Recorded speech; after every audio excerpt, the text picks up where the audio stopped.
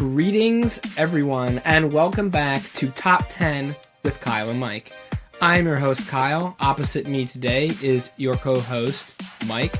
This week, as we do every week, someone will be bringing a topic to the table. This week, it will be Mike. I do not know what the topic is. He will tell me his top 10 of that list. We will then rigorously debate that list until we have a definitive top 10. Let's get started. Mike, what are we doing this week? Hello, host. This is your co-host, just like Jim Halpert. I've been demoted to co-host, while you, Michael Scott, are the host. The co to the host. The co to the host, excuse me. So this week, we're going to be talking about the most likable TV and movie characters. So before you get too excited, I'm going to sort of piss in your Cheerios a little bit. This is like it's a thing people say. This is one of those situations where I had this idea and it really morphed as I went, where I was like, first I wanted to do the most unlikable characters. And then I was like, no, I don't want to go negative. It's kind of the dead of winter. I want to be positive here. Let's do the nicest characters. Okay. And then I realized I didn't like the nicest characters because it's too easy. It's really easy to make a nice character in a book, TV, movie, whatever. Likable is sort of a different thing. Because it's not just who's the nicest. Like, Ned Flanders is probably the nicest character. He's not really likable. Yeah. So this is an interesting list because it gets you into this gray territory. And yes, I know, gray is not the mode you want for a top 10. But I found it really interesting. I found it interesting in thinking about how to construct this list. Because as I was going through it, I found myself making all these rules. Like, no, they can't just be the nicest. Then I was like, well, they can't also just be somebody you like, because they might just still be a jerk, but you just like them. Then I was like, no. It's gotta be somebody who you'd want to be friends with. And then I was like, well, sometimes your friends are jerks. It got really complicated. What I'm going for here, at the end of the day, is a character that we think, if we met them in the real world, we would like this person. So yes, there's going to be sort of a combination of rascals, people who are really nice. It's like the real world. The people you like, they're often very different. So we're going to talk about the kind of characters who would be really likable in real life. That's the situation. What do you got? So I missed that you said, are we saying TV characters or TV and movie characters? TV and movie, yep. So I didn't want to go like all time, including books and stuff, because I think there would have been a little bit too much there. Wow. TV and movie. Okay. Yeah. Wow. The last thing I want to add, because I think that the formulation of the topic is more interesting than just like most likable sounds. I feel like I learned a lot about how characters get made in thinking about this. Because especially with the female characters, you find this really interesting bifurcation between female characters who are really, really flat and sweet, but not actually that likable, and ones who are really badass, but also not very likable. There's like this weird middle ground of three-dimensional female characters who are actually likable and real. That has developed really only pretty recently. Like, if you go past, say, like, 1980, you're finding it really hard to find, like, a fully fledged female character who's likable. Because they're either, like, so far on the side of being a badass that you can't like them? Yeah, like Linda Hamilton from Terminator. Like, she's not likable. Okay, I was gonna say Ripley. Ripley from Alien. Like, same character. She's not... Like, you don't like Ripley, she's just, like, a badass. And in many ways, probably a reaction to female characters from earlier ages who the only, like, thing that's likable about them is that they're this very male vision of what a woman should be like. So that sort of led me down this interesting path of thinking about, like, how characters get made. That aside, let's dig into it. Listeners, I know you're going to disagree with a lot about this. You're probably going to disagree with my methodology, but I think we're going to have some fun trying to put this together. Without a doubt, this is going to be a ton of fun and a feel-good episode. The problem is that there's probably like one likable character per like movie slash show, like there's a billion likable characters. Yep. So this is going to be a tough list to arrive at a definitive top 10 for, but it should be a good time. I recognize that I'm breaking one of our cardinal rules about making a list very specific. The reason I wanted to break that rule, and it was intentional, is because I thought it was a really fun exercise to just try to think of as many really likable characters as you could and put the list together thoughtfully. That's what I really enjoyed. And I think we should intentionally keep this band of likability very narrow. Like, if someone strays too far to, like, being overly, like, Ned Flanders-y, like, we can axe them. Mm-hmm. They need to be... That will come up. I think the realness of the person means something. Yeah. One thing that will definitely come up, and this was something I tried to do, is there is a serious difference between likability in the context of a movie and television show and actual translatable likability in the real world. Because there are characters that you love in a movie, but if you met them in real life, you'd be like, oh my god, get me out of here. Yep. Question. Yes. Are there any limitations to the, can it be a kid? Can it be a non-human? Can it... Anything. Oh, we're going anything. This is, like I said, we're going big on this one. Oh, shit. This might not work out. It's a little bit of a change for the podcast. Just for this episode. We'll see if it works. Maybe it won't. Well, I'm looking forward to this. This is going to be a good time. All right. What's number 10? Number 10. Number 10 is kind of a type, but I picked a very culturally relevant one right now. So number 10 is Lady Bird from the movie Lady Bird. So for people in the audience who didn't see it this year, Lady Bird was one of the Best Picture nominees. It was nominated for writing. There's a couple acting nominations. It's about this high school senior named Lady Bird. Her actual name is something else that I'm forgetting now. She's grown up. Does not matter. Christine, actually. Sorry. It matters just because I wanted to remember it. Portrayed by Saoirse Ronan, the incredibly charming actress, who I found out when listening to a different podcast is just as charming in real life as she is in the movie. I'm guessing you listened to the same podcast as I did. It was on the Bill Simmons listening podcast. To her talk about Disney World, and her accent was just amazing. Yeah, it was incredible. So the character is this really spunky, interesting high school girl who just doesn't play by like the rules of kind of what I was talking about, of what a young female character should be from an earlier era. So she is part of a proud tradition of the like somewhat rebellious but really likable teen girl. A couple of recent examples that I thought of are Juno from the movie Juno. Nadine from Edge of 17 was a really good one. So this is a proud tradition. So Lady Bird sort of stands in for that group. She was a great expression of that. This movie only works because she is so damn likable. Totally. Like, you put up with some of her, like, less mature... Yep. Because she is immature in a lot of ways. She's supposed to be. She's in high school. But you overlook those things because, like, she just so perfectly embodies, like, a kid at that time. And, like, the way she colors her hair and obviously the way she asks people to call her by not her name. And then watching her, it's kind of neat because this movie is about teenage girls, but I found myself relating in a lot of ways to her and like the things that she goes through in high school, and obviously the relatability really helps you connect with the character. But she just the way that you just like are ready to forgive her for her mistakes because she's just so darn likable. Totally, and I think you're getting at is really important. Coming out of a coming of age tale and seeming likable, not an easy feat, because there are a lot of pitfalls in there. And if you are a character who comes out the other side squeaky clean, like, you have built yourself a pretty likable character.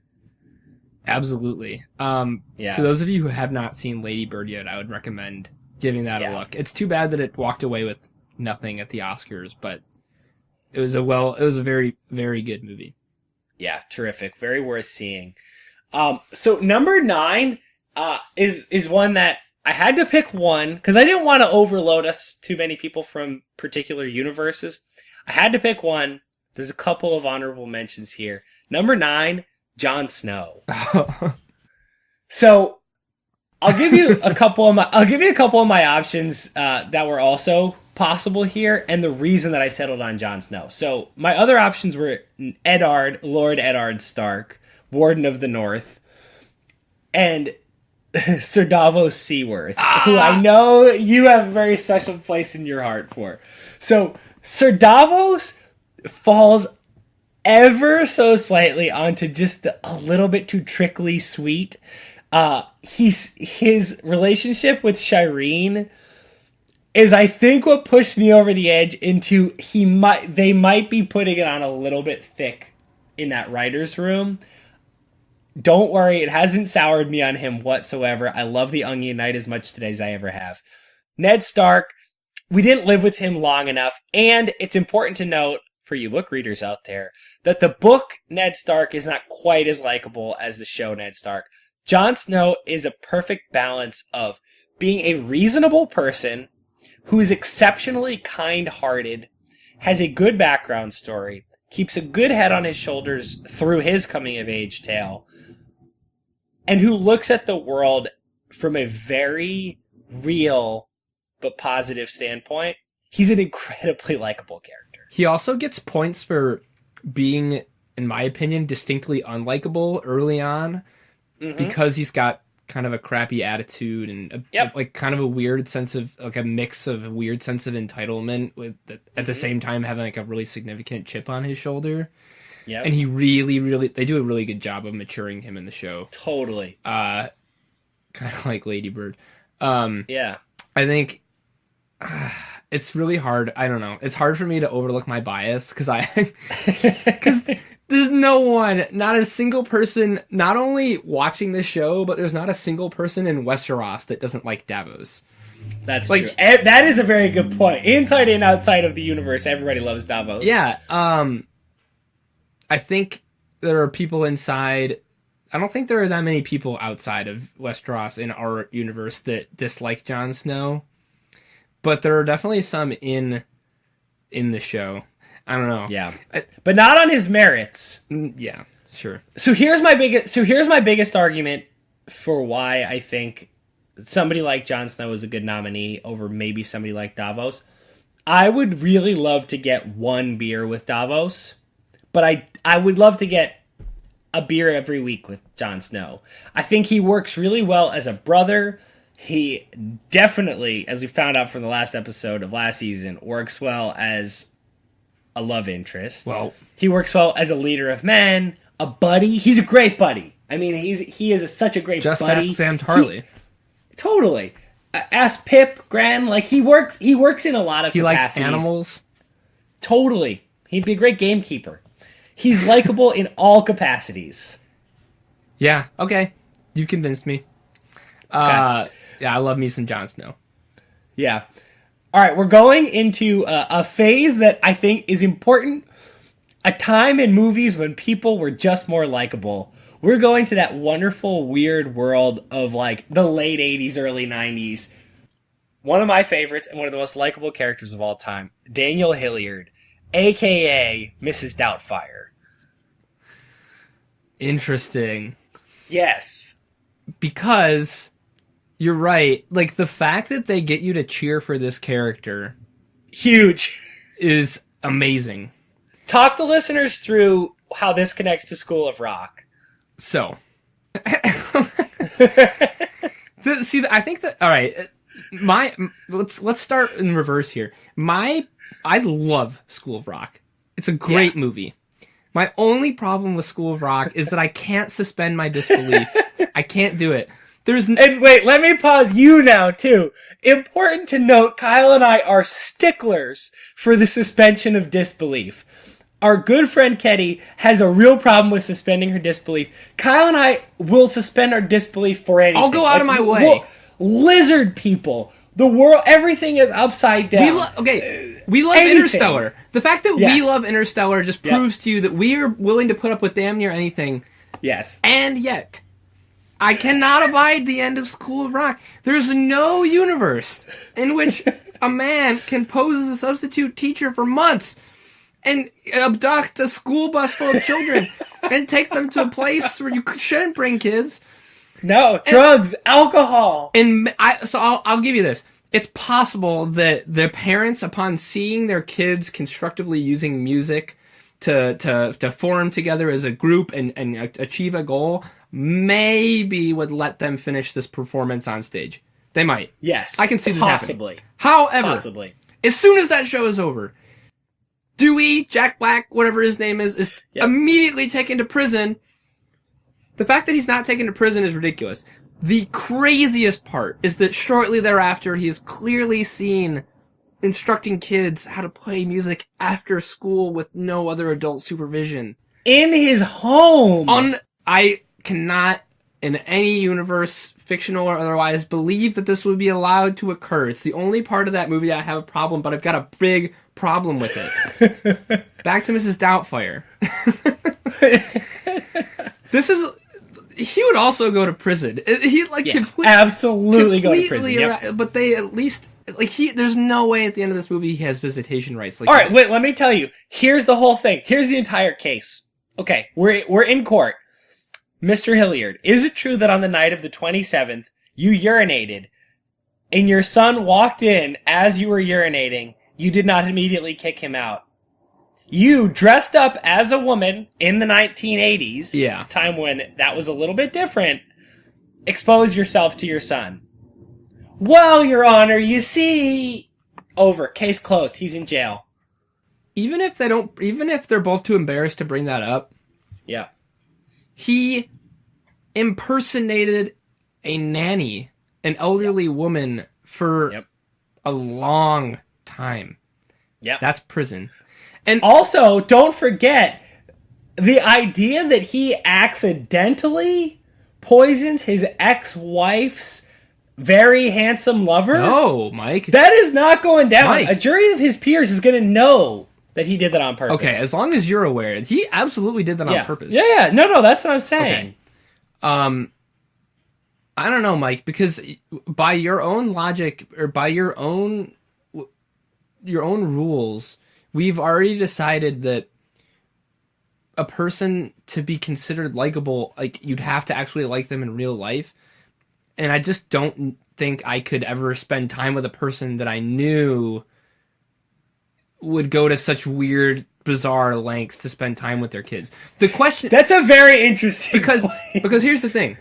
Are we talking about Mrs. Doubtfire or Daniel Hillard? Because Daniel Hillard is a very lovable loser who just does voices for cartoons and likes his kids a lot and is just kind of a loser but a goofball that we like. Mrs. Doubtfire is a psychopath and I can't abide it.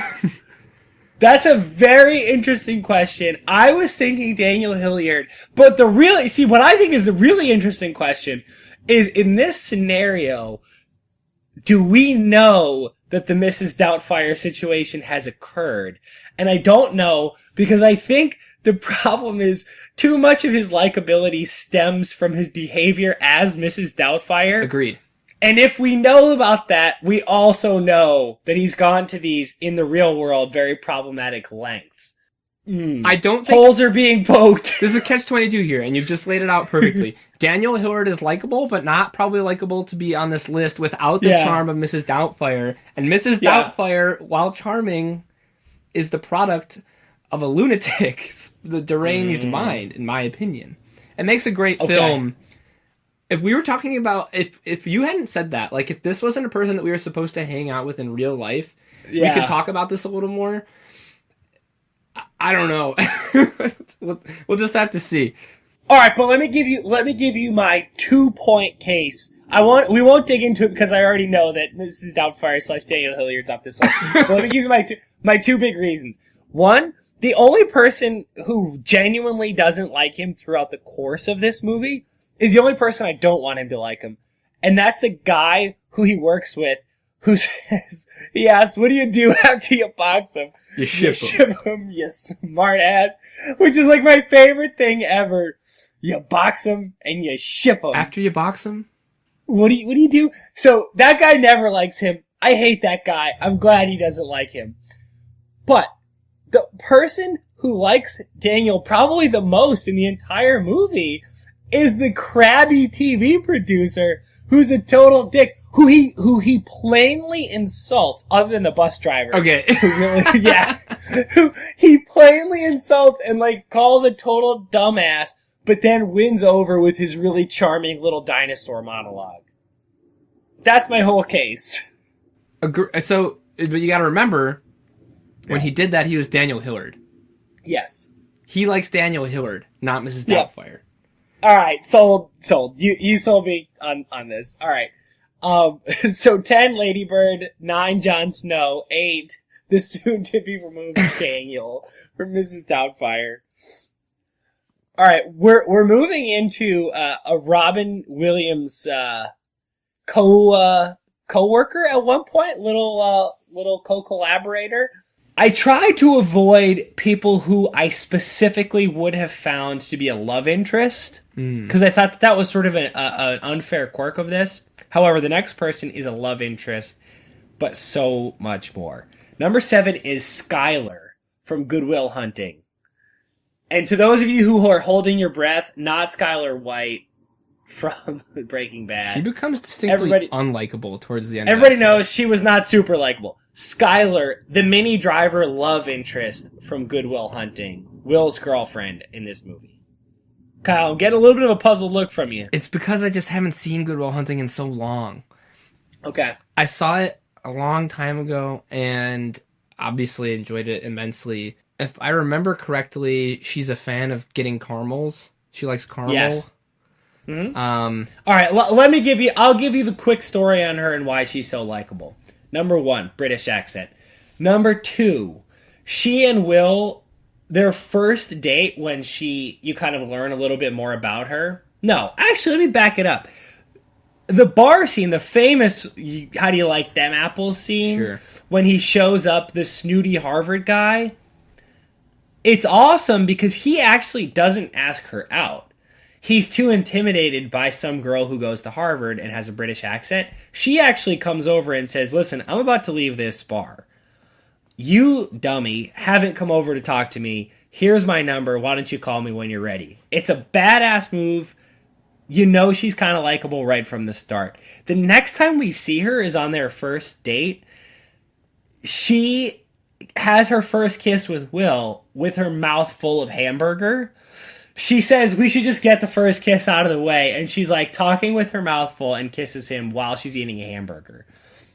The next date we see her on, she's playing with these googly eyes at like some joke shop, and it doesn't feel cloying and annoying. It's incredibly likable.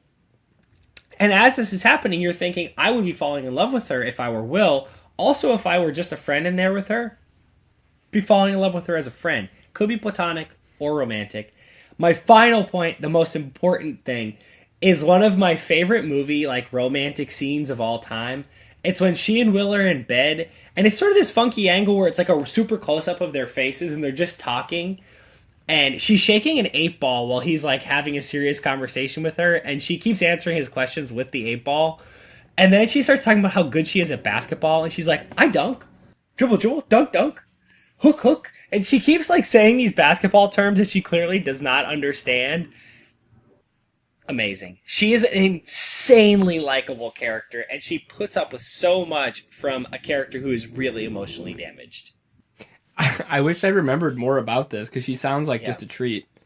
Yeah, she is. So we can leave her there for now. We'll talk about whether she fits in. I will play the pro Skylar side of this conversation. The thing about Skylar is that like her role, like the really well put together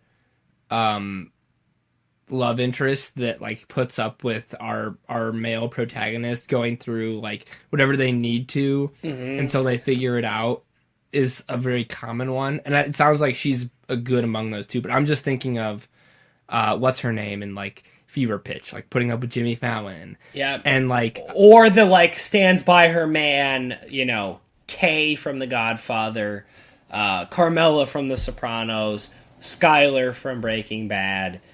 So I hear you, and I actually thought about this. It's for a note for the listeners. We're recording this on International Women's Day, so conscientious of not falling into this trap. She's not exactly that. She's not just the stands by her man. They have like this very three-dimensional relationship where she doesn't just like get all kinds of shit from Will as he's going through stuff and just put up with it. She tries to unlock him. She tries to be more like, it's hard to describe. She's not just taking his shit and just like putting up with it in a really admirable way because she loves him. She gives him shit right back. She's trying to figure her own shit out. It's a little more nuanced, but I hear you, and that's a pitfall I think we have to be careful to avoid. All right, fair enough. All right, number 6. Let's do our not top 3 if we can. All right, let's do our not top 3. So, K-Dog, what do you I'm got? thinking the opposite of the most likable characters would be like the least likable characters for our not top 3. I think that's probably a good one. I think the difficulty here is picking someone that's not just obviously a villain. Yeah, like, Voldemort doesn't count. Right, because, you don't like Voldemort, but... I don't know. I'm going to have a hard time thinking of some off the cuff here because there are so many just, like, kind of annoying, like, people you wouldn't want to hang around with. Anybody from the cast of terrible show, Friends. One character who I thought of as I was originally doing the least likable, probably my number 1, Ted Mosby. Is Ted the Neil Patrick Harris character or the other one? No, he's the other one. Neil Patrick. I take it back. The Neil Patrick Harris character. Barney? That one. Barney. Yeah.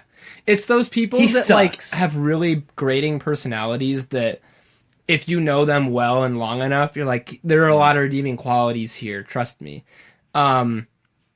But like to meet them right off the cuff and not know them very well, it's very hard to like them. Yeah. One person that I actually think fits on this list, despite the fact that I love this character, is Tom Haverford from Parks and Rec. Hey! Think about it.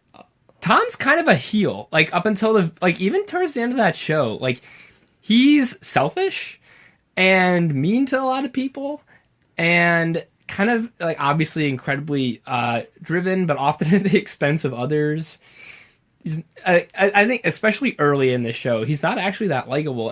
And speaking of early characters in that show, I think even late in the show, there are a lot of people that aren't huge fans of Leslie because she's so in your face, like pretty much all the time. So let's just say that this topic will probably come back. Okay, understand. Oh no! I just put someone on Mike's top 10 in the not top 3. Not necessarily, okay. But this topic will come back because the question of likability within the context of a show in real life is an important question, and I think for Parks and Rec, a very important question. Okay. We've kind of just listed two kind of similar characters. Someone that becomes really endearing over time, but at first glance is not super likable. Yeah. I don't know. I think I'm comfortable leaving it at that. I don't know. It's a type. I think that's the type. It's somebody. I think what we're getting at is somebody who we're supposed to like, but we just never do. That's what bugs you about that. Yeah. I don't know. I mean, there are so many people in real life that I just like don't like because they're like, I don't know. I feel like there aren't characters written like the people I don't like in real life because they're not interesting enough to be on TV. Like, I think that's a good point. Part of the reason I don't like a lot of the people that I should say, I like almost everybody. I think when I find people I don't like, it's oftentimes just because, like, I don't get enough out of them. Like, they're not engaging enough, you know?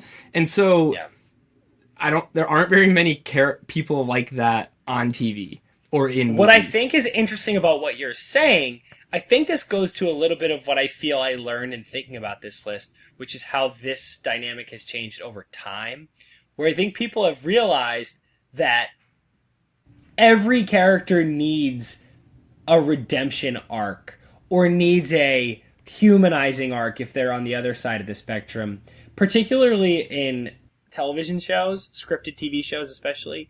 That tends to be how this works. So it's hard to get sort of that unalloyed, likable character who deserves to be likable and isn't just annoying, or that, like, hey, they're a jerk and that's all there is to it. There's sort of something, and so there ends up being a lot of, I think, the ones that you end up genuinely just saying, that is an unlikable person, it's usually unintentional. Yeah, a poorly written character that's supposed to be likable, or, you know. Yep. Yeah. I'd also say that's more of a modern phenomenon, like, this concept that people are so intelligent now that, like, you can't just have a one-dimensional villain or hero because that's not interesting. It's why nobody wants to watch Superman movies anymore. And it's why Breaking Bad is so good, because you have people that, and it's why, honestly, it's the secret to why Game of Thrones is so great, is because every single character on that show has positive and negative qualities. Anyways, moving on. What's number 6? Number 6 is another situation where I had to pick somebody from a world that is chock full of likable characters. Number 6, Hermione Granger. Okay, so I was wondering which Harry Potter character you'd pick. So the reason I picked Hermione Granger is because I think there are many characters who are likable. So Hagrid is super likable in the context of the book. In real life, probably less so, because he's getting you hurt all the time by making you play with hippogriffs, blast-ended scroots, three-headed dogs. Don't forget dragons. the Nifflers. Yeah, the Nifflers. Nifflers are real fuckers. Like, there's a lot of things that are going to really get you. Also, he is, alas, an alcoholic, which can be, it's a difficult thing to deal with, but it can make you a tough, unreliable friend. Sure. A lot of things about Hagrid that are a little bit tough to translate to the real world. There are other people, like Albus Dumbledore, pretty great in a certain capacity. The more time you spend with him, there's some stuff you're like, eh. And plus, his likability is not as portable to all different roles. He is capable of a great likability in a certain capacity. As a mentor, pretty much specifically. Yes. Well, depends. It depends on what he's mentoring you for, and whether he's kind of giving you the heads up on what he's mentoring you for. So that's kind of the way I look at it. I'm looking for the person in this world. I've got a high bar because I need somebody who translates to a lot of situations. Hermione is that person. She's a real character. Unlike, I hate to say it, I think Harry is a pretty underdeveloped character in terms of his internal life. I think that his personality is generally reflected by the people around him. We don't get a ton of interior life from Harry. I think we're made to infer it from a lot of the way that other characters react to him. I love Harry. I think we go on a journey. But I think, personally, the only of the books that really dives into his inner world directly, where we're actually getting his inner thoughts, is the 5th book. Yeah. I love Order of the Phoenix. Yes, it is the one where he is pissing and moaning. He's a teenager and he's kind of annoying about it. But that's the one where we like most directly get his internal life. The rest of it, he's more a reflection of his circumstances. Ronald Weasley, incredibly likable. He would be, I think over time will be a little bit tough to have as a friend. I think that there's some stuff about him that makes him slightly less likable than Hermione. I also think that he's somewhat of a caricature of the best friend. His Patronus, if I recall correctly, is a Jack Russell Terrier. That's what he is. Jack Russell Terrier is great. Over time, you recognize that it's a little bit two-dimensional. Hermione is a very three-dimensional character. She has a fully developed interior life. She's never just a love interest. She's never just a friend. She's a really interesting and well-done balance of both. Frankly, for both Harry and for Ron. She's incredibly intelligent. She's a good time. She's fun. Especially in the movie, she gets to be a pretty fun time. I think she's incredibly likable. I think the thing that seals it is when you see that scene of her performing the Confundus charm on Cormac McLagan to try to get Ron to keep her job, you're like, damn, that's a friend. That is a really likable person. I agree with everything that you just said. Hermione's awesome. There's really not a but. Just kind of like an important distinction is that we make sure that we are talking about like late book Hermione, because I think she takes some time to fully develop. That's a good point. I wouldn't have given her a chance. I wouldn't have given second year Hermione a chance. No, I think the pivot point is Goblet of Fire, specifically the Yule Ball. Like, as soon as you see Hermione as like not just an accessory to Harry and Ron, and she actually has an interest in, you know, like a different person and kind of starts to function more independently. I think that at that point is when Hermione actually becomes her own distinct character, and it's not just the reader, but it's Harry and Ron for the first time are like, oh, Jesus Christ, like, it's not just Hermione, like the third person in our group. Like, Hermione's a real girl, you know? Like, I think that you just made the best point that this show has ever had. You're so damn right. That is exactly right. Yep.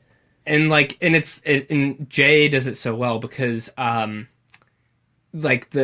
she's literally transformed Hermione into this new person by like sleeking her hair and putting her in this new dress that doing makeup she doesn't normally do.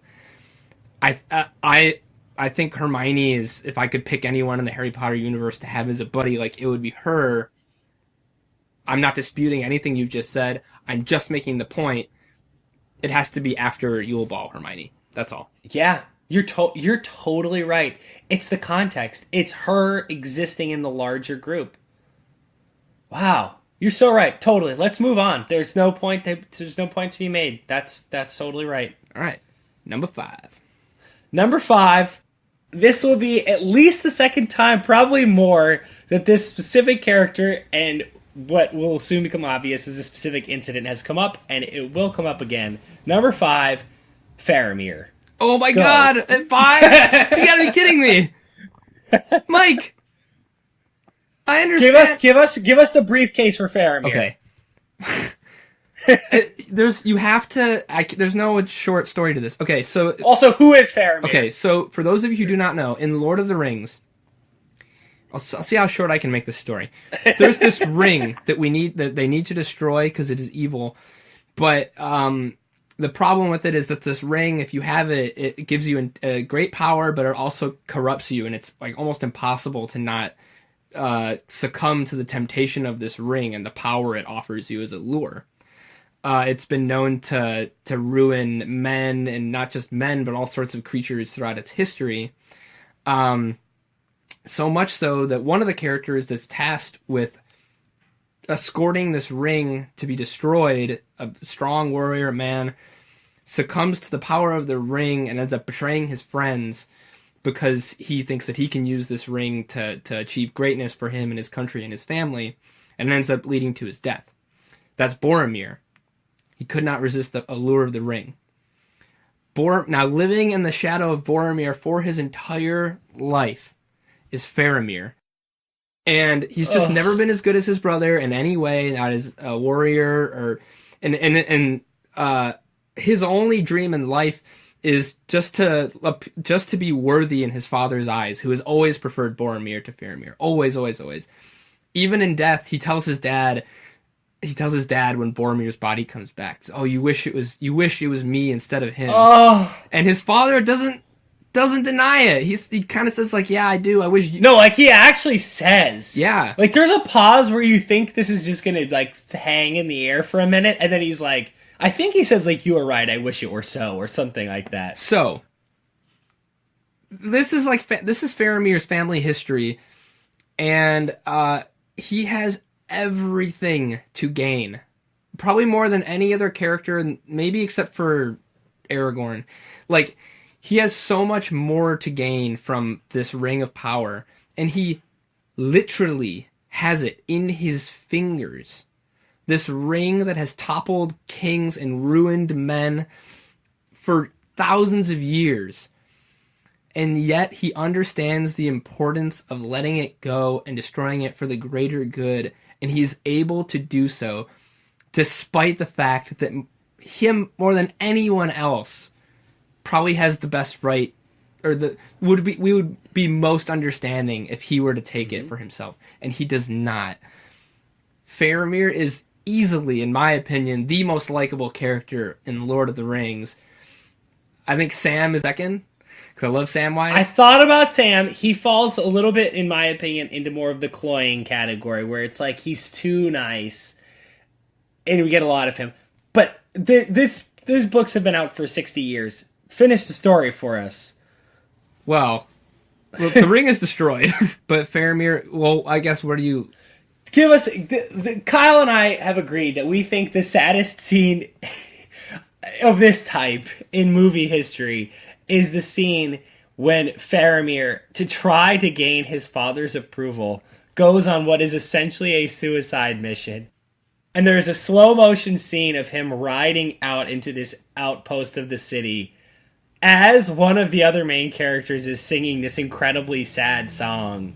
And you know he's riding to his likely death purely to make his father proud of him. It's heart-wrenching. And as everything that Faramir does comes from this incredibly great place in his heart.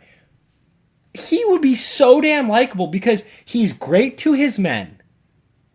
He's deferential to those in power. He does the right thing. You know he can bro out. He's like a handsome dude. His brother, Sean Bean. Remember him in 300? He's ripped AF. Yeah, he's got a great voice in 300. He's the narrator of 300. Yep. He's awesome. Awesome. And if he had the Ring of Power, everybody would follow him. Yeah. Until obviously everything went wrong. Like, he's awesome. Everybody likes Faramir. Do we suspect that maybe Faramir could wield the Ring of Power? Because he's just such a great responsibly? Dude. Yeah. Yes. I actually think it's possible that he could wield the Ring of Power and like it would be think fine. He would last longer than most. Yeah. He'd make it a solid 9 months. Like he could do it for a while.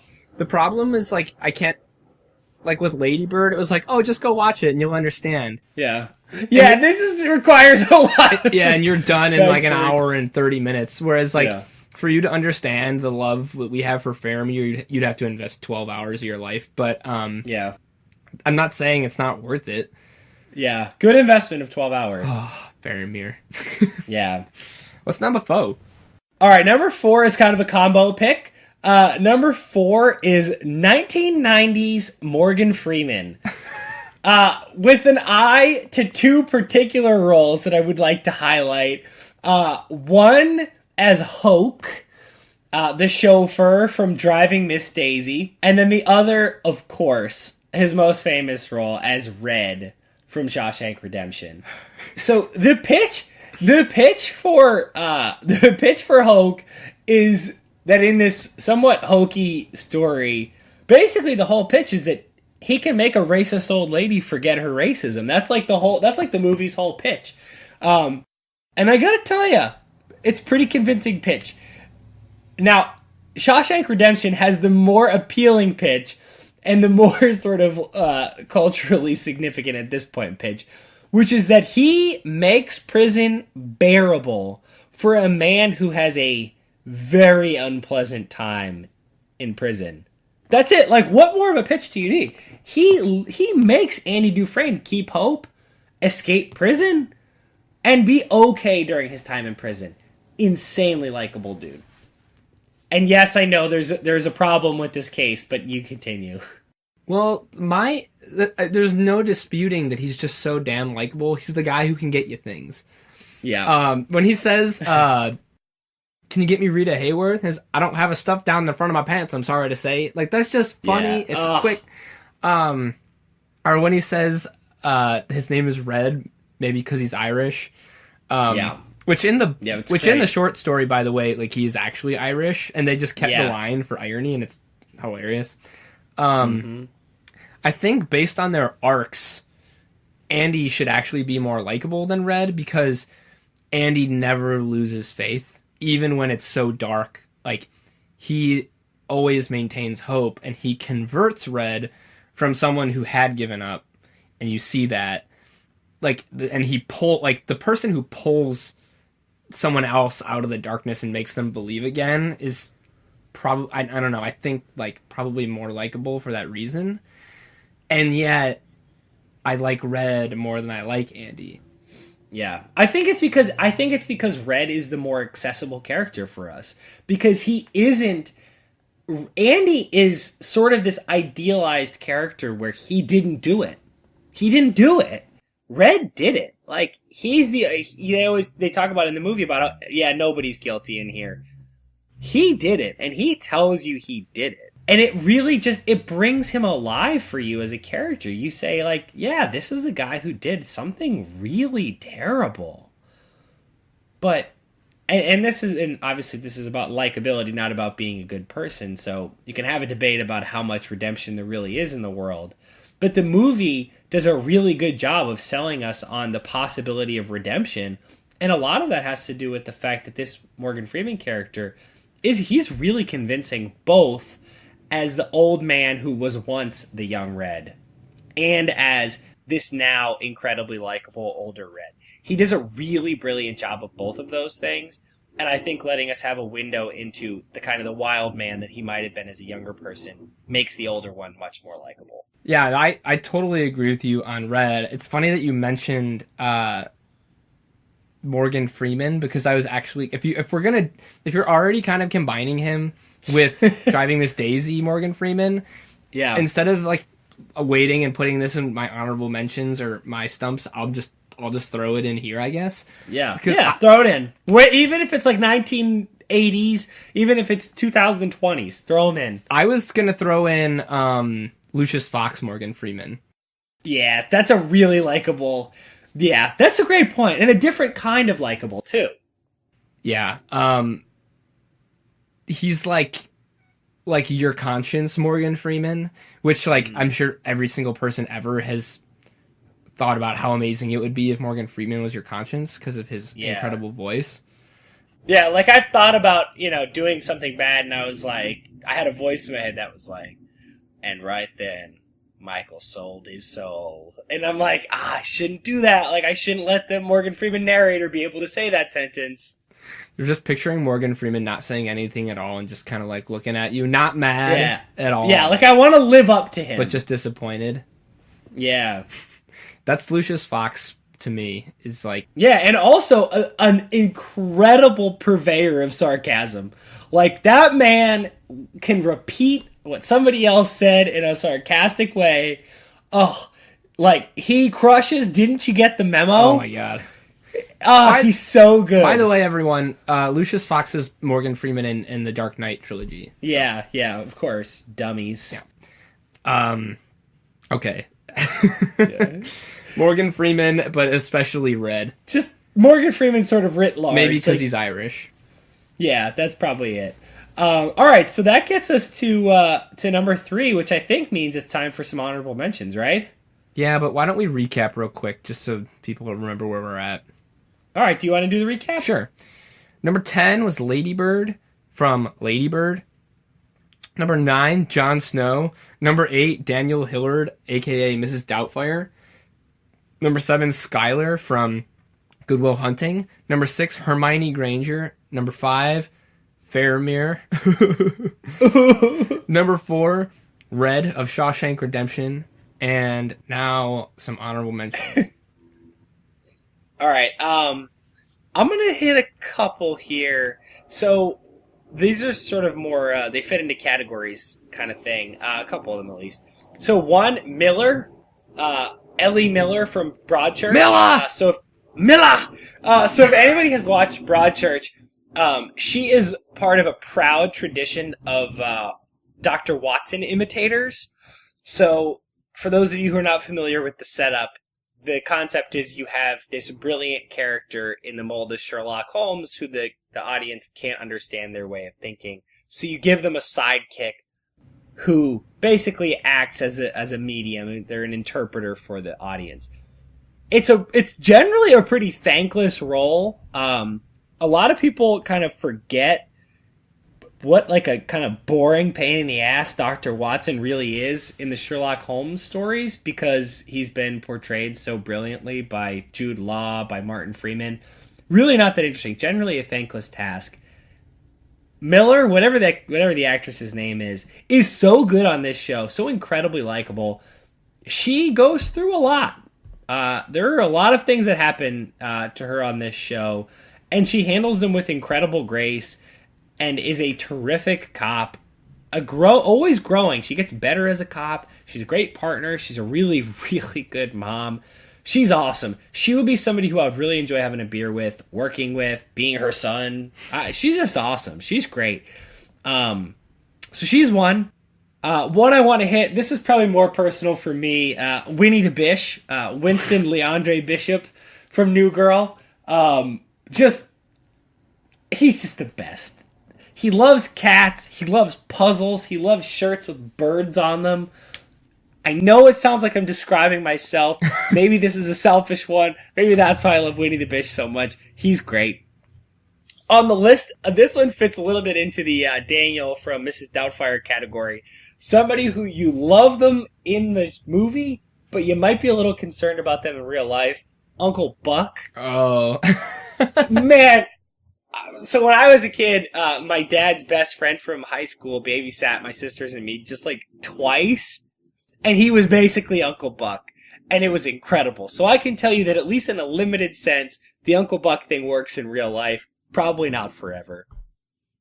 One I also wanted to mention, Edith Bunker from All in the Family. So she is, she's the mother/wife. Really interesting character. Incredibly annoying voice. And I think for a show that was way ahead of its time, intended to stand for all of the really annoying wives from old shows. And they do a really great job on her character arc, showing her husband Archie, who's a total dope, that there is a lot more to her. She's an incredibly likable character and stands for a real change in the way female characters were portrayed. Huge fan of Edith Bunker. And then a couple more recent ones. One, Jimmy Morris from The Rookie. Could not be played more likably than by Dennis Quaid. I just rewatched this. I forgot how much you buy into that character. Man, the warm and fuzzies. He's great. Since we're already talking about that same exact character, yeah, basically like half the guys in Miracle kind of fit that same mold. That is true. I put them on the I don't know if I can use them because they're real people list. Obviously, the way they were characterized isn't real, but we just watched that the other day, so that's fresh on my mind. Yeah. And then the last one I wanted to mention, this is another sort of groupie one, the kids from Stranger Things. So, anybody who's watched Stranger Things knows that the show, I think season 2 proved this, the show, its greatness does not depend on the brilliance of its plotting or the show. It's a decently plotted show with a mildly interesting premise. Season 1, those damn kids took us by storm. We had no idea who any of them were. That's part of why I think season 2 fell off a little bit, is because we were now used to how cute they were and we had these expectations. Season 1, we had no idea who they were. We knew nothing about them. My God, what a likable bunch of kids. The actors and actresses are incredibly likable. But the characters on the show, oh man, what great friends. They're cute kids. They're really smart. They're awesome. I do love the first season of that show. And I still haven't watched the second because I'm waiting for Allegiance to catch up. But yeah, they're a fantastic ensemble of children. Yeah, they're great. Let's so those are some honorables. Yeah, let's get through these top 3 and get going here, because we are approaching, we're getting close to an hour here. Yeah, we're taking a little bit of time. All right, number 3, a little Parks and Rec for you. So I was having a hard time choosing who to pick here. I did actually pick the combo of Ben and Leslie. So Besley. Yes, Besley. So Leslie is definitely a little bit overwhelming. She's tough. Ben would probably be a little bit tough because he'd always want you to be playing the Codes of Dunshire. But also, he'd be really annoying if you were Barney and you were just trying to hire him to your accounting firm and he kept accepting and then quitting. But here's my premise. It all rests on this. I am a person who is very committed to his family, and our biggest principle as a family is loyalty. We're very, like, tribal in that sense. Very insular tribal group. There is no quality that characterizes Leslie Knope more aptly than loyal. She's an incredibly loyal character. And I would almost say to a fault, but it's not to a fault. She brings people together, and they all love her no matter what she does because they know that at the end of the day she's incredibly loyal. Which I think fits really well with the thing that makes a person really likable in real life. Real friendships are born not because the person, all of their qualities are so likable. It's because at the end you know that there's this rock. There's this consistent thing about them that you know you can depend on. And that's what I feel about Leslie. That's my argument for her. So I guess it's really more Leslie, but I also just love Ben. I think what can be said about Leslie is that her negative qualities are essentially an amplification of a really good quality. Mm-hmm. Like, her overbearing pursuit of her career is born of a passion for her career and helping other people. Her incessant pestering of her friends with gifts and themes and events. Made-up holidays is born of her absurd love for her friends and desire to see them happy. Which, if you're in her circle, if she was a real person and you were in her circle, I could see. I just can't see it. Obviously, you would love a person like that, and the fact that all of them at the end of the day would gladly put up with her shenanigans just to be her friend is a testament to that. I don't even know if we need to include Ben on here, but yeah, I think we kick Ben out. Leslie's the play. Ben is great, but Leslie is the heart and soul of that show. Yeah, and just as a final note for this, Parks and Rec has some of the most incredibly well-written characters who earn their likability. There are so many characters on that show who are so likable, and Mike Schur and all the writers on that show did an incredible job of earning that. Absolutely. They are so... They deserve to be liked. It doesn't feel cheap, especially because we talked about this. When I started watching that show, you had already finished it. And I was telling you, like, man, a lot of these characters I don't really like. And April, I think, was one. April was my big gripe, but I was like, oh shoot, oh my god, what's her name? Donna. I was like, geez, what's she all about? And like I even said earlier on this podcast, like Tom's kind of a selfish little shit, and we actually didn't like Brandanowitz, but like there are all these like characters that you kind of like, I was at least anyways about them, and by the end of the show, it's like I love them all so much. It's really good show writing, really good development. I can think of two characters off the top of my head that I like hope and pray are 2 and 1, because if they're not, I'm gonna have to stump really, really hard for them post your top 10. I wonder if you have either of them up here. I'm so concerned. This is one of the many pitfalls of having such a wide open topic. You go. My number one, in my opinion, is the undisputed number one most likable character of all time, and I will be curious to see if you got it or not. I am so worried that our number ones won't be the same, but I really think I know what your number one is, and I think it's the same as my number one. Okay. But I'm so worried now that it won't be the same. We'll see. I think you know it. All right. I think I do. All right, number 2, one of the most insanely likable people ever, because she's so great at what she does. She is so dogged in what she does. She has such a cute relationship with her husband. She's always doing the right thing. We just did Leslie, Mike. I know. And as she's doing the right thing, she seems really wide-eyed, and she seems inexperienced, but she proves every time that she's actually really smart and ahead of everybody. Number 2, Marge Gunderson. From Fargo. Oh. I just didn't know her name. Wow. It's almost like Frances McDormand has been in the news lately. I know. I love Frances McDormand so much. Wow. It's actually funny because I remember the first time that I do remember. We watched it together. Yeah. The first time I think both of us saw Fargo was at my house. Yep. With Cam, and we just loved the movie. But she is. I think like whenever I think about that movie, I always think of that line where the guy that she's working with like gets the license plates, and it's like the DLR. Like the dealer plates. Yeah. He's like, license plate was DLR. And she just goes, well, I'm not sure if I agree with your detective there, or your detective work there. And like, it's just so like poking fun at him and like, but telling him he's wrong. And and like, she's got a very, Columbo. She's got a very Columbo-ish kind of like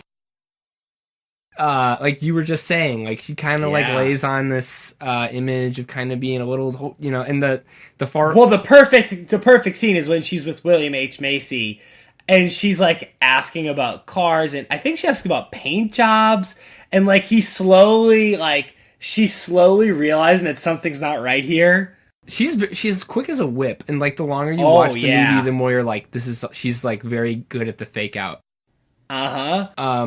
It helps that she's got like I think the fact that like she does the accent so well, and like she exudes this kind of like Midwestern charm about her, but at the same, and she's pregnant the whole movie, like that goes a long way.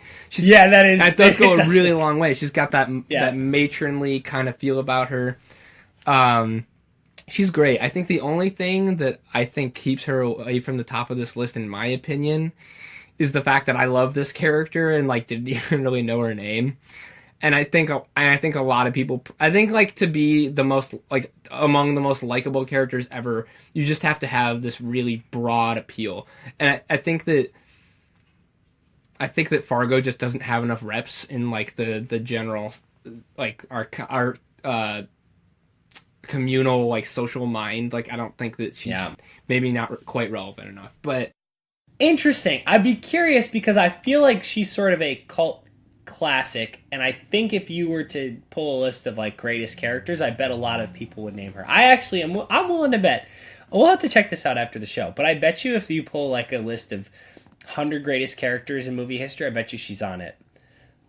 However, I totally agree. Yeah, maybe that's more critical than public. I think I'm not just saying like, well, that's not the list we're doing. What I'm saying is a character's likability is so tied, I think, more so than the greatness of a character. The likability of a character is tied. Well, they're both tied to it, but I think like you have to have like a familiarity. Like part of what makes a character likable is that you feel familiar with them right away, and like it's hard to put a character like this on a list that's supposed to be representative of a lot of people if I don't know if a lot of people feel that familiarity. Fair. My point in bringing up that greatest list is that I think she's more in the public conscience than we think. Here's my last point on her. The scene that clinches how likable she is for me, or one of them, is when that guy Mike, she gets dinner with that guy Mike, who she hasn't seen since like high school, and he starts hitting on her, and she just handles it so beautifully. She's really like gives him some tough love. She knows where he's going with it, but she tries to like give him an out. It just, man, she would be great because if you were the guy who was like humiliating herself to her, you wouldn't be able to hate her. Like the reflex is to hate her because you're bearing your soul and she's not giving you what you want back. You couldn't because she let you down so easily. And then if you're the kid that she's pregnant with, your mom is going to give you a hell of a lesson about how to be good to people because she showed it right there. She's great. Yeah. Huge Marge Gunderson fan. Number one. What I really hope is your number one, too, because you seem so invested. It's got to be Ferris Bueller, right? Absolutely, it's Ferris Bueller. Okay, all right. Thank God, I was so concerned. Ferris Bueller is indisputably the most likable character of all time, and here's why. Yeah. He, like, literally the first 40 minutes of the movie is just explaining that everybody likes him. So that was what I was about to say. He's two things. He is both the most likable and the most liked character. But here's the thing. Yeah. Someone being the most liked character kind of like puts me at a predisposition to like not like them. Yeah, to push back on it. You're like concerned that everybody's so concerned about Ferris. Did you see Election? It's another high school movie. Yeah. Reese Witherspoon. Yep. It's a little different because she's obviously unlikable for a lot of reasons. But like, that kind of character can be easy to create, where like everyone's supposed to like them. They're very popular. Everyone is telling you should like Ferris because everyone likes Ferris. Yep. The fact that they are like spoon feeding this to me, and I don't need any of that.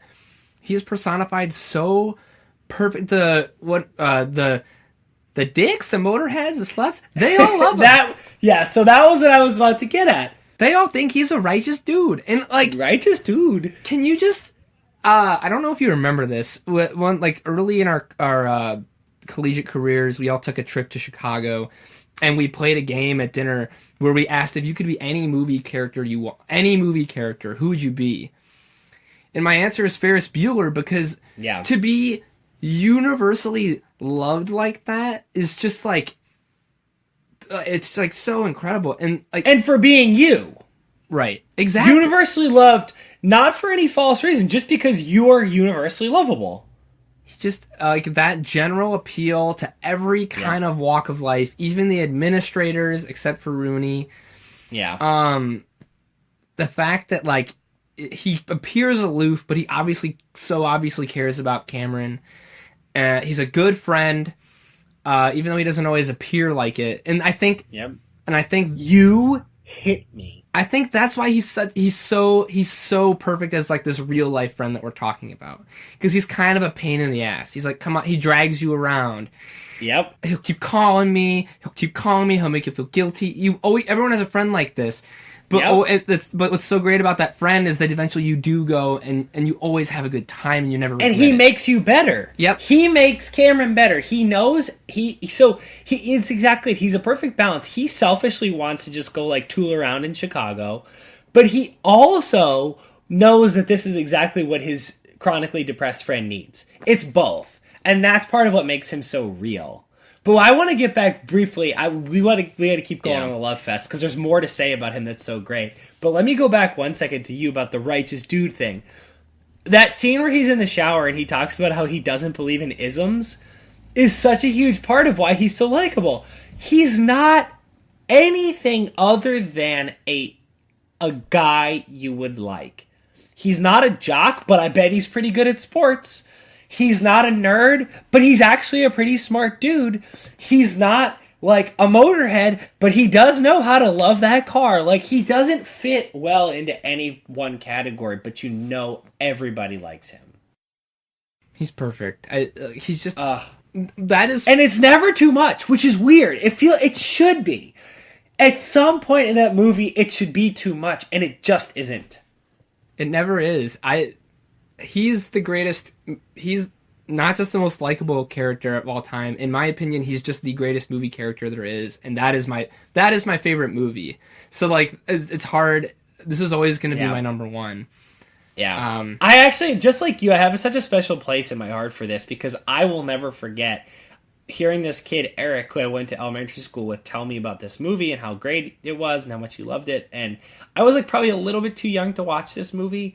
And I mentioned it to my mom, and it was a really weird, rare situation. It didn't happen a lot in my house, that my dad and both my sisters were gone. I don't know where they were for the night. And so just my mom and I watched it, and it's one of her favorite movies. And the two of us just sat up on my couch and watched it. And it was like, it's burned in my memory watching that with my mom. I actually can't remember the first time that I watched Ferris Bueller, which is strange to me because I'm pretty good about remembering when I see movies. Yeah. I think it's because I've seen it, like, without exaggeration, so many times. Probably in excess of 50 times or so. Yeah. It's also just an infinitely quotable movie. Dylan and I will, like, just sometimes go, like, as long as we can, reciting lines, like, in order. The Sausage King of Chicago. Did we tell you that? I'll tell you the story later. When Dylan, like, organically used that line in a real life context. Oh, wow. And just got and the person he told it to didn't get the reference or like didn't care and just shook it off, and it was devastated. I felt so bad for Dylan.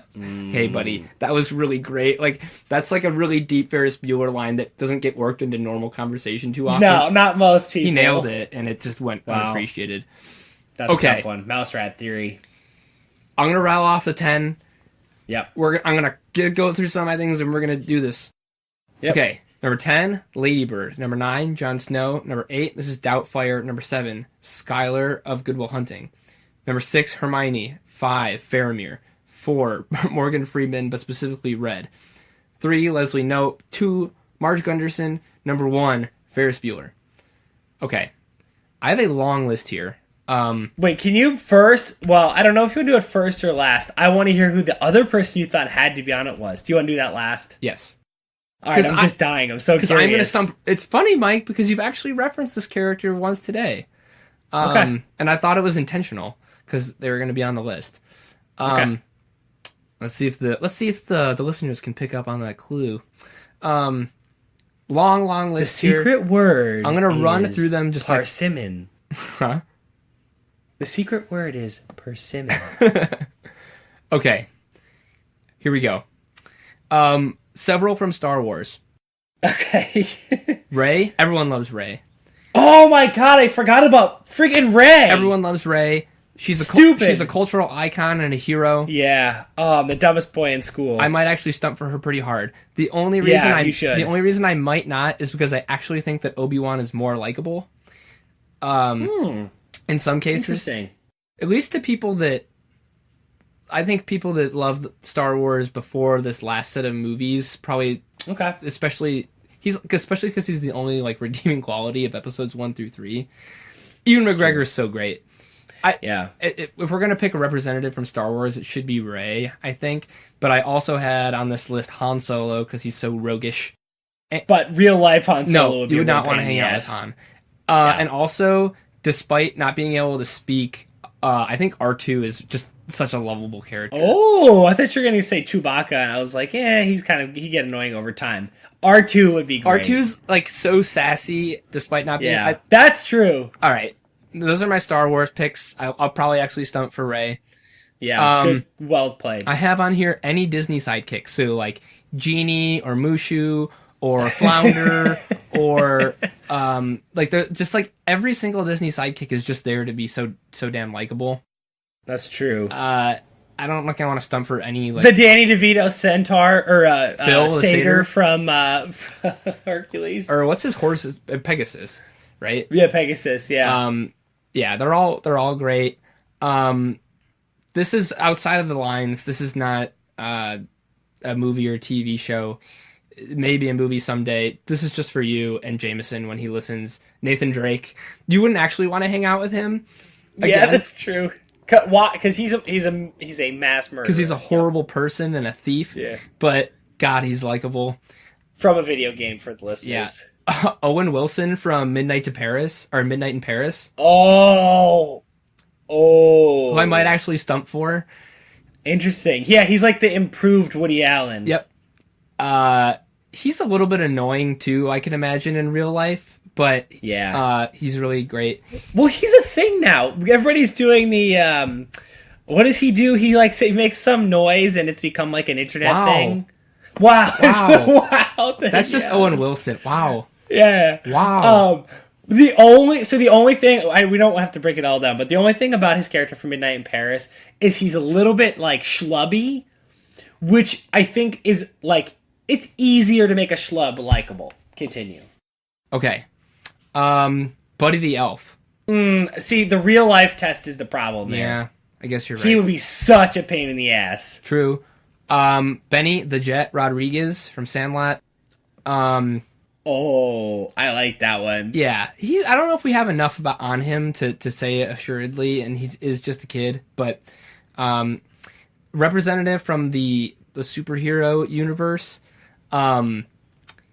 They're all kind of assholes and narcissistic and kind of horrible people. Not horrible. There's only one I'm thinking of who's like genuinely likable. Well, I think Peter Parker is one of them. Oh, good point. And I think based on the recent film, just because it's Paul Rudd, I think Ant-Man's pretty darn likable too. Oh, I thought we were going Wonder Woman. Oh, obviously. Yeah, she's... But only the Gal Gadot portrayal. Yeah. Peter Parker, though, is a good pick because Peter Parker, Spider-Man, is always, at least in everything I've experienced, incredibly likable. And he is the highest expression of the superhero Watson phenomenon. He's us as a superhero, but in a really clever and realistic and grounded way. Yep. Another one that fits in with your Skylar mold, kind of, with a twist, is Summer of 500 Days of Summer. I thought about her, and I think that she's possible. My only issue with her is that she spawned like a generation of imitators, but that's not fair to hold that against her because Summer is incredible. I think she should be on the list. Okay. I thought about her. A couple that I'm... these are... So, like, some Pixar characters that I love but won't stump for are Frozone and Buzz Lightyear. Also, Kevin from Up. I do love Kevin. Okay, so now... Oh, and from TV, Uncle Joey and Uncle Jesse. Oh, interesting. Uncle Jesse, not so much in real life because he's Mr. Steal Your Girl. Yeah. Like... You know, if you were his nephew and you were like dating some like hot chick from like she's a freshman in college, he's gonna steal her from you. Yep. Which is it's tough to abide that in a real life person. Absolutely. Also, anyone that's that invested in their hair. 3 characters from television that I'm serious about. Okay. The first is the Fresh Prince of Bel-Air. Yeah, he's amazing. Everybody would want to be his best friend. Will Smith was at the peak of American popularity when he was the Fresh Prince. He was the king when he was on that show. Yeah, Big Willie was the most likable star on Earth, and he's basically just playing a fictionalized version of himself. Every time he gets gets thrown out of the house by Uncle Phil. Oh, yeah. No, he's on the list. We're going to have to find a spot for him. Okay. This is basically Ferris Bueller light. Like, it's the same character, pretty much in every single way. TJ Detweiler. I do love TJ Detweiler. Yes, the only problem is he's Ferris. Yeah. He's the Ferris character. TJ Detweiler, I love so much. There's actually like an episode completely dedicated to TJ getting really frustrated because this one kid doesn't like him and he can't figure out why. Oh, I remember that. He tries everything. Like he gets him in detention, but just so that he can take him to a secret clubhouse where they read comics and like drink soda the whole time. And doesn't the kid just like say, I just don't like he's you. Like, and like, that's it. Wow, and TJ, that was amazing. Thank you so much. And TJ says, so I guess you could say you like me now, huh? Because it's so important to TJ to be liked. Yeah. And the kid says, no, I just don't. I just don't like you. And the lesson is that you just can't please everybody. Yeah. Which is a good lesson to learn as a kid. Yeah. The last one that I'm really serious about that I thought like could seriously consider to be at number 2. You referenced earlier in this podcast. Who did I forget? Mr. Jim Halpert. Interesting. So I had Jim and Pam as a couple where I ended up putting Ben and Leslie. And I pulled them out because I thought that they would overlap too much in their appeal to us. But now that we're taking it only as Leslie, I think that puts Jim back in play. Here's the thing about Jim.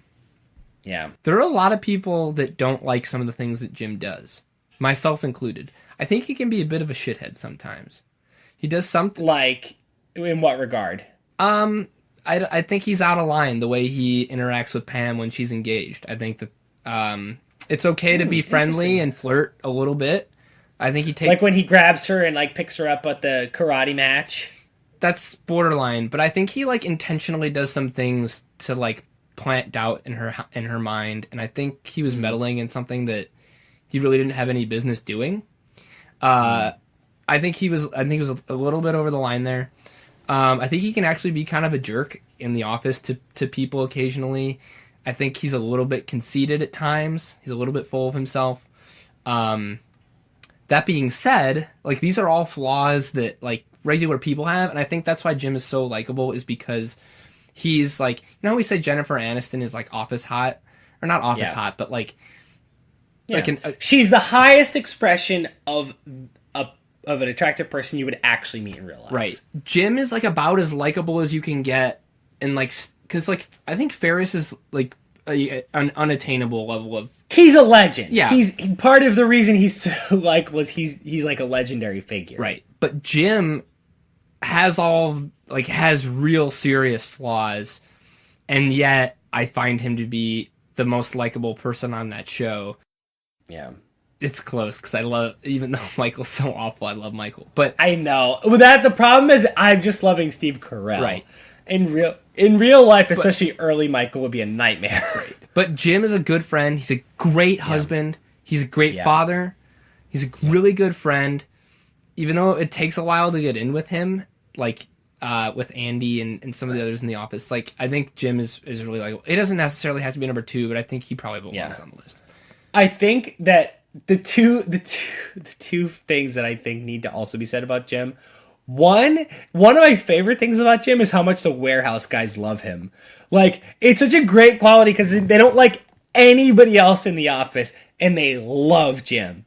And the other thing, so it's kind of unfair. I'm talking out of both sides of my mouth. You're talking about Jim being a great dad, and he like weirdly is not a good dad in the last season because it was really weird and bad.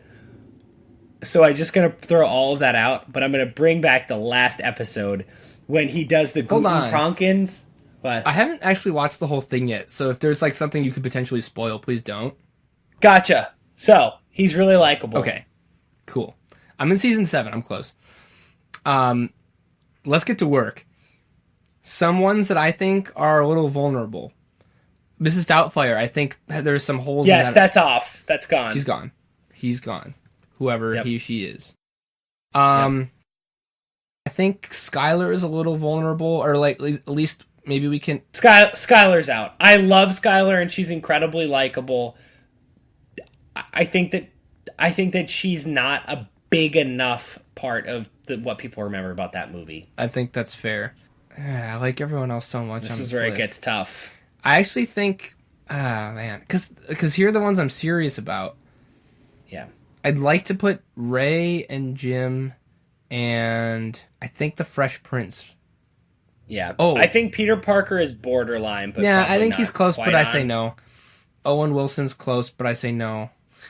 I think those 3 are ones that I'm really going to stump for, and that was what I was thinking too. I think that those 3, Ray, Fresh Prince, and Jim, should be on the list. So we've taken off Mrs. Doubtfire and Skylar. Yeah, and I think personally, I think that number 10. I think Lady Bird. Not because Lady Bird isn't incredibly likable, but because I think she's sort of standing in for a lot of characters in that genre. Okay. Also, I think if we're doing this podcast in 10 years, and you ask me who's more likable, like Fresh Prince or Lady Bird, yeah, it's probably going to be Fresh Prince. Okay, that's fair. As far as slotting goes, I think Ferris Bueller stays at number 1. Yep.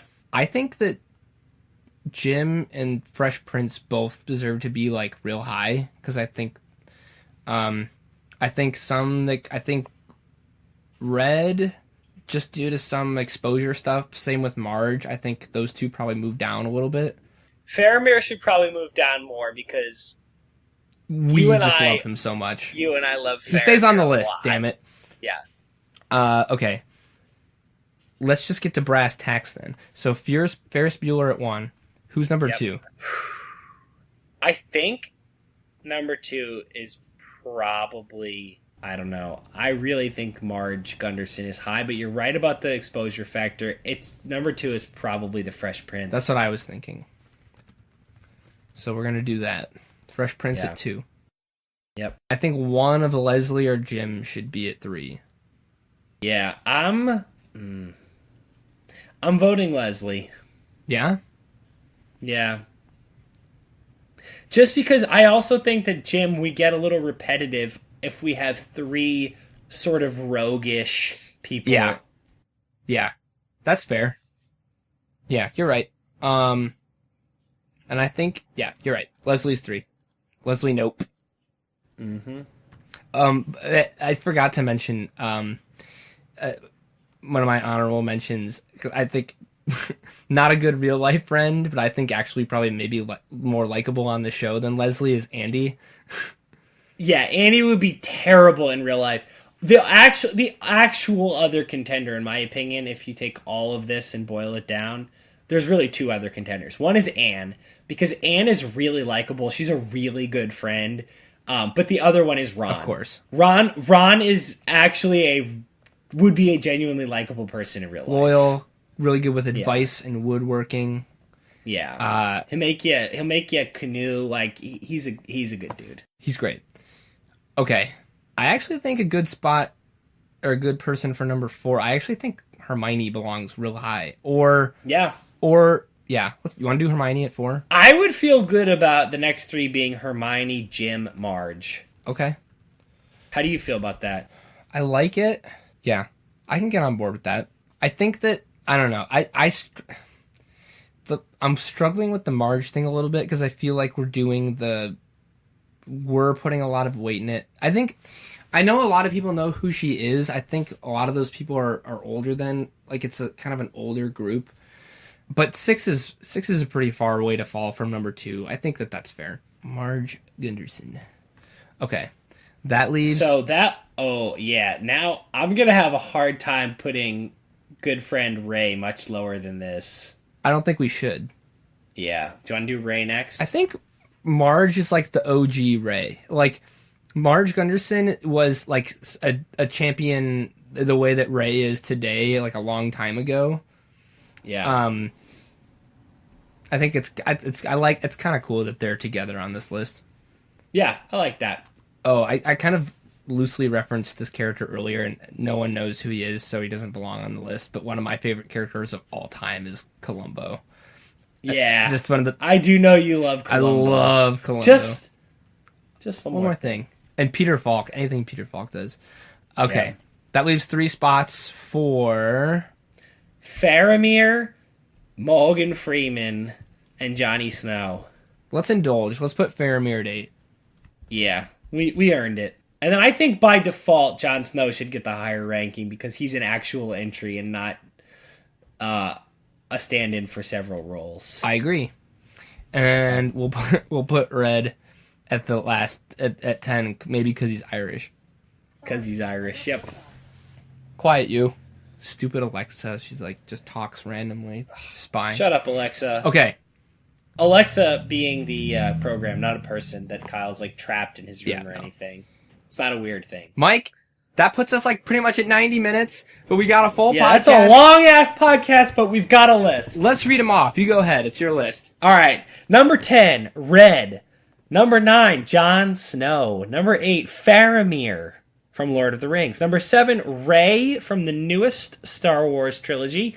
Number 6, Marge Gunderson from Fargo. Number 5, Jim Halpert from The Office. Number 4, Hermione Granger from Harry Plopper. Number 3, my lord, Leslie Knope from Parks and Recreation. Number 2, The Fresh Prince of Bel-Air. And number 1, your most likable TV and movie character of all time, save Ferris Bueller. Well done, Mike. That was a likable list. Well done. We have got a list. We'll see if the people like the list. All right. Good work, buddy. All right. Beautifully done.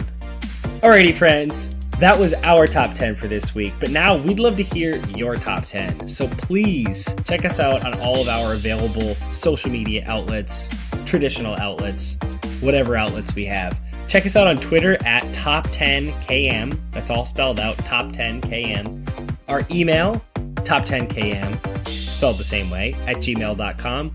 Or our site, top10km.podbean.com. All forms of communication accepted, except for serial killer notes. Please don't send us any of those. If you like the pod, be sure to subscribe wherever you get your podcasts so you never have to miss an episode of Top 10 ever again. If you didn't like it, please tell us why. We'll try to make the show better. Our theme music was composed by Kevin MacLeod, and our artwork was created by Erin Sant. You can check out her stuff at Sant Design on Instagram. Alrighty, goons. We'll see you next week.